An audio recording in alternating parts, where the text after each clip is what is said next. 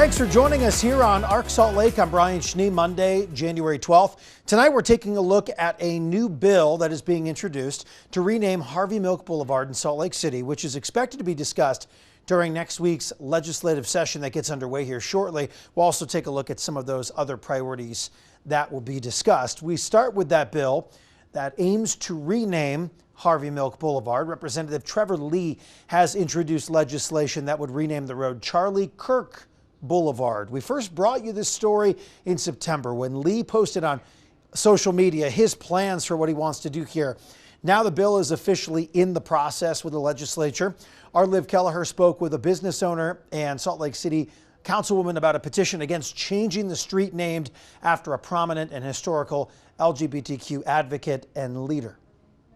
This is why other businesses are coming here. They say, I want to be at 900 South because of these core values. Madison Nilsson owns 2 businesses on Harvey Milk Boulevard. She also calls the 9th and 9th District home. It's important that what our street name here is identifies all of us. And Harvey Milk, he not only stood up for his own community, but many, many communities of all people. And that's what Salt Lake is. We are all people. We are not just one. House Bill 196 is sponsored by Trevor Lee. It is still awaiting a Senate sponsor and to be assigned a committee. Yeah, that street's been changed before, so it's easier to change it now. Instead of being 9th Street, it's going to be Charlie Kirk Boulevard. So it is what it is. Trevor Lee represents Utah's 16th District in Davis County. Why push a bill that is going to primarily impact people who are not your constituents? But it represents everyone. I mean, I go to Salt Lake. I have friends and family who work and live in Salt Lake. So it represents the entire state, just like all of my bills affect the entire state of Utah. So if I do something, it doesn't just affect my constituents, but if Salt Lake does something, so this is the thing, as a state representative, if Salt Lake is doing something that is out of line or something that is wrong, then a bill that we have at the state can correct that.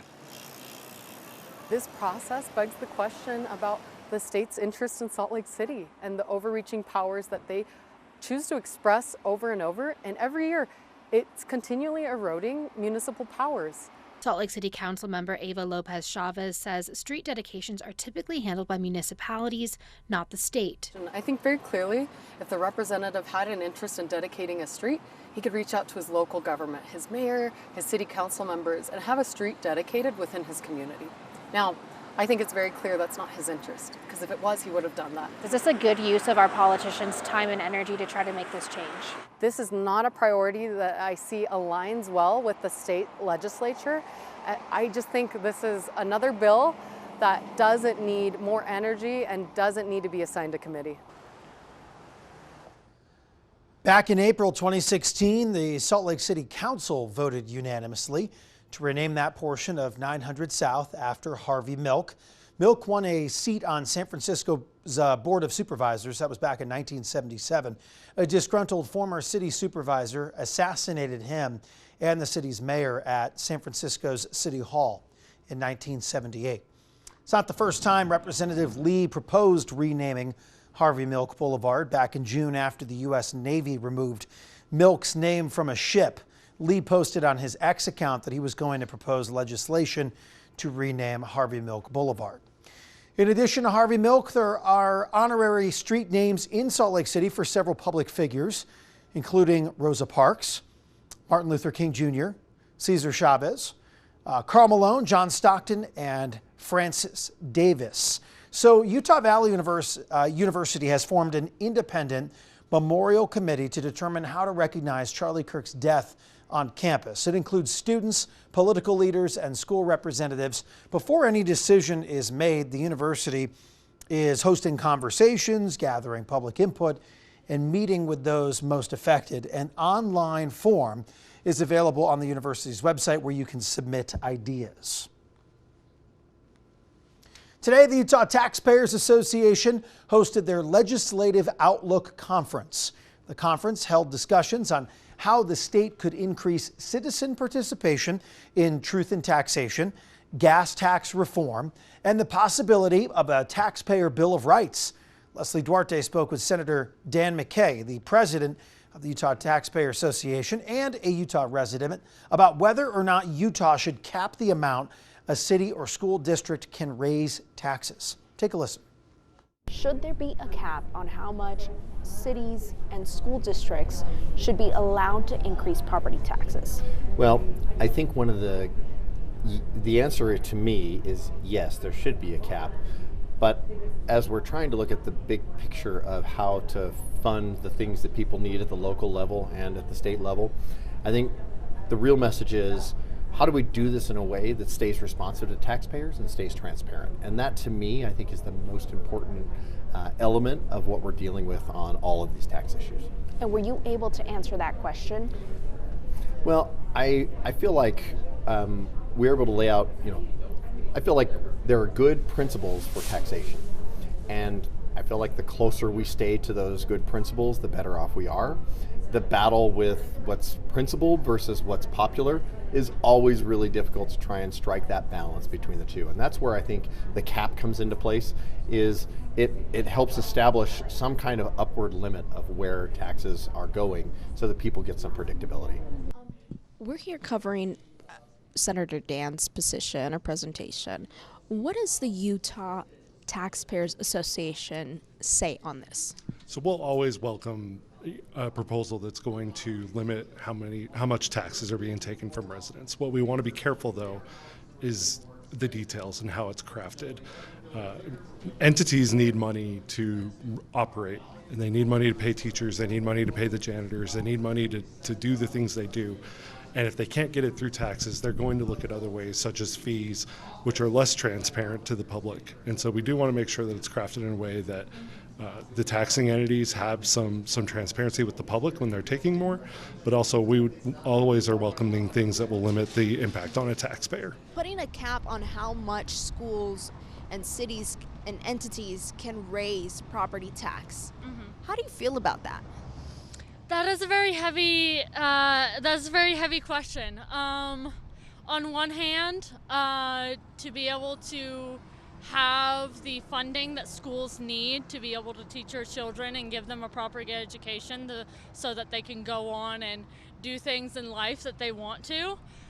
You need to be able to have the funding, and one of the ways is through property taxes. But on the other hand, you have there are such a large community of people nowadays that if the things that they have to pay in taxes get raised, then that either puts them into greater debt, or they lose housing, or they have to decide between paying rent or buying food. A very real question with some very interesting perspectives. Also at the Taxpayers Association conference, both House Majority and Minority leaders outlining some of their priorities for the upcoming legislative session. Take a listen. As the Majority Caucus, I would say that the positions that we've taken, the places we want to go next session are developed because our positions are the people's positions, or at least what we've gleaned over the last several years, obviously representing them, but really in the last several months, really with a tight focus on what they're feeling most. Now, a little bit of history, just so you know where we've come. The last several years, year over year, we've every year done an income tax decrease. Now, we haven't taken the big approach like some of the other states where they take an axe to it and they drop it down fast. We've been very methodical and very slow, and some people will be critical and they'll say it's meaningless, it's not enough, it's too little and not fast enough. But as you look at that, it's $1 billion+ over a span of time to make sure that we don't cut faster than we're growing, so that we don't end up saying in 1 year we've reduced your taxes, and then in the next year either completely obliterating all the services that people rely on, or raising their taxes and sort of saying, never mind. What do we reprioritize? And so that's going to be the big conversation here that we have at the legislature this session, is how do we reprioritize things? Of course, my caucus is concerned about the economy and affordability, but we're also looking at, okay, if we're going to do some cuts, we want to make sure we're not cutting environmental protections, things we need. How are we going to deal with the Great Salt Lake? How are we going to make sure it doesn't disappear?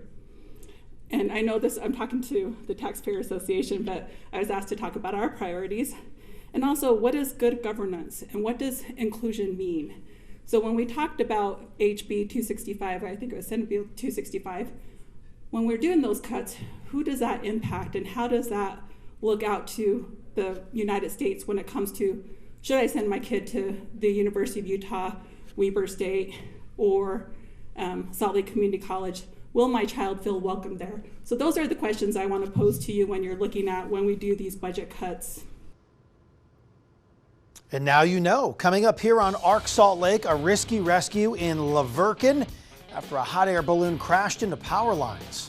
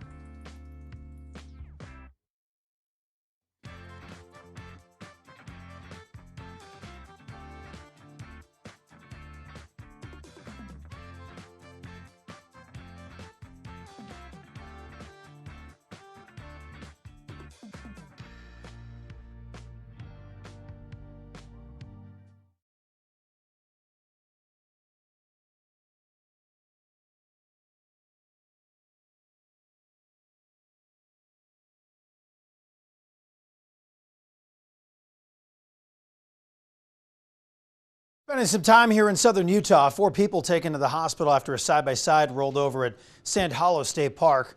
Hurricane Valley Fire and Rescue said the vehicle rolled on the dunes there just after 11:30 this morning. 2 of the people injured flown to the hospital. No information on the victims' conditions.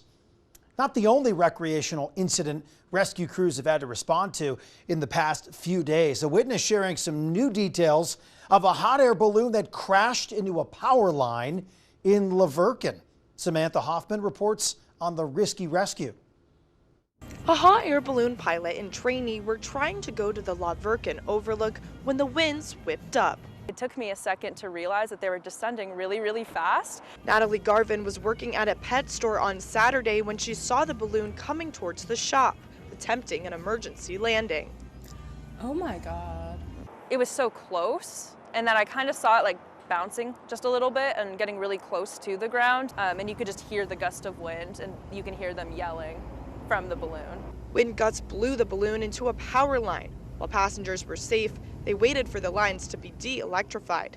Battalion Chief Tyler Ames says while this is the first hot air balloon accident he's witnessed, Hurricane Valley Fire and Rescue responds to 18 to 25 incidents a day. We train every single shift. Our guys are constantly training for kind of the unknown. It just seems to be crazy hotspot area for really horrible accidents, honestly. She says while tourism brings in great business to her shop, she feels outdoor recreation doesn't necessarily fit with growing development. I feel like it's something that we need to find out where the lines are and what certain areas these things should be happening in.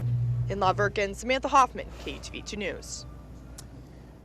Hurricane Valley Fire Rescue also adding that anytime an aircraft is involved in an incident, they are reported to the NTSB for an investigation on whether there will be any ramifications. So according to the NTSB, the board specifically, 16 people have died hot air ballooning between 2002 and 2016. Let's change that number to 2026. So going back to 1964, 775 hot air balloon accidents in the United States. The FAA regulates hot air balloon travel. Hot air balloons must be inspected every 100 flight hours, and pilots must pass a flight test every 2 years to remain certified to fly. That is actually a little bit more strict than other things. So in Rich County, where DNR officials are searching for someone who say they believe they intentionally killed a deer with their vehicle. Investigators tell us a vehicle on Big Creek Road, just west of Randolph, veered off the road and hit a mule deer fawn. Evidence at the scene points to the deer being targeted by the driver. DNR officials are calling on Utahns to speak up if they have any information that would help them find this driver. Well, I'm sure you've noticed it all on your drive to work, maybe hanging out, looking out the door here. Yuck. A thick haze blocking out the mountains. Inversion season is here, started with a bang here, according to the air quality indexes. Friends in South Jordan, the most polluted city in the United States today. Salt Lake area, top 30 worst air qualities in the world. No rain or snow in our forecast, so our air quality is expected to get worse. Something that was really interesting with all of this is the temperatures were warmer up high because of what an inversion did with the temperatures. Meteorologist Chase Thomason here with our first alert forecast. As we start off the new week, we are dealing with valley inversions. You probably notice all that pollution that is trapped underneath that temperature inversion, and we want to break that inversion. So how do we break it? Well, wind is best. That can scour out all that haze and gunk, and we can equalize the atmosphere and get a little bit of ventilation and some cleaner air. Or we could have some heavier precipitation, rain or snow, we'll take it, or colder temperatures aloft can equalize the atmosphere and allow for that ventilation. Unfortunately, nothing too significant is coming our way anytime soon, and as a result, our air quality will continue to decline. We are seeing some of the worst air in the entire country right here in the Salt Lake Valley. It is in the orange, which is unhealthy for sensitive groups. Utah County, Tooele, up towards the northern end of the Wasatch Front, and Cache Valley dealing with moderate air quality, and again, it will likely get worse. Unhealthy for sensitive groups is in the forecast through at least Wednesday and likely longer. We might even head into the red by the end of the week. This really shows you what we're dealing with is that temperature inversion, is that we are warmer up into the mountains. Typically, we are cooler in Park City by about 5 to 10 degrees. Not today. 51 degrees your high. Heber 46, Alta 44 degrees, and of course, in the lower valleys, especially closer to the Great Salt Lake, lower elevation, 39 in Centerville today, Hill Air Force Base 39 and 36 degrees up in Logan. Now tonight it will be chilly and there might even be some patchy fog that develops around maybe Bear Lake or the Great Salt Lake, so keep that in mind. And it will be cold with those temperatures into the teens and 20s, mid-20s for lows in central Utah, and tonight in St. George, 31 degrees, clear skies and sunny tomorrow down in southwestern Utah, and mild. Maybe head to those national parks. Really comfortable hiking weather for January. Up in northern Utah, you'll see those temperatures in the upper 30s and low 40s, maybe a little bit milder along our benches and definitely up into the mountains with Park City and Heber well into the 40s for tomorrow. Out in the basin, highs near 40 degrees under partly cloudy skies. A little bit of cloud cover will be rolling in, but the big story is this huge ridge of high pressure that's blocking anything major from moving in. Now, there is a big storm out in the Pacific, but this storm is going to go up and over that high, but it might bring a little relief. We'll see. We're going to be watching this closely. Here's this high. There's that storm that goes up and over. So no rain, no wind, no snow, but it can move the high to our west, which would allow for maybe some slightly cooler air to move in aloft, and we could maybe weaken the inversion. I still think it's going to stay pretty hazy out there. The unsettled weather stays to our east, and this high just hangs out even into early next week. There could be a storm, though, coming our way. Maybe next weekend. We're talking January 23rd or 24th, so in about 12 more days. So we're going to be dealing with this for quite some time. Put it on repeat. Southern Utah, sunny skies, highs near 60 degrees, overnight lows in the low to mid 30s. In northern Utah, we have those hazy conditions with highs in the upper 30s. If we weaken the inversion, we might be a bit milder by the weekend and into next week, with highs in the 40s, lows staying cold in the 20s. Coming up here on Arc Salt Lake, a canine officer back home after a 20-foot fall during a training exercise. An update on Canine Zero's recovery and if he's expected to return to work.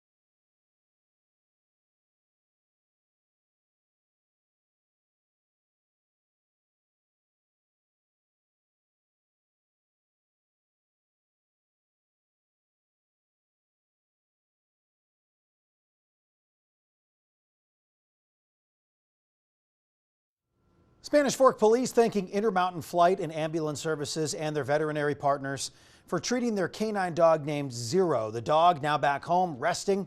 Zero was flown to a vet trauma center after falling from about 20 feet. This was at a training facility in Goshen. Now police say they are feeling optimistic after recovery and physical therapy. They say Zero should be back on duty soon. The Church of Jesus Christ of Latter-day Saints giving an update on its planned temple in Spanish Fork. The church says it will be built on an 8-acre site near First South, 25th East. Right now, plans call for a multi-story temple, about 80,000 square feet. The church saying they will release renderings of the temple, what it will look like at a later date. They love putting those out, and you love looking at them. 32 Latter-day Saint temples in Utah that are open, under renovation, under construction, or announced. The Super Bowl of Caring. Brought to you by America First Credit Union, Smith's, Check City, Ford, Balance of Nature, and Rocky Mountain Power. Listen up, we need your help with our Super Bowl of Caring. Scan the QR code right now or go to KUTV.com/donate if you would like to help out. We'll see you tomorrow night at 7.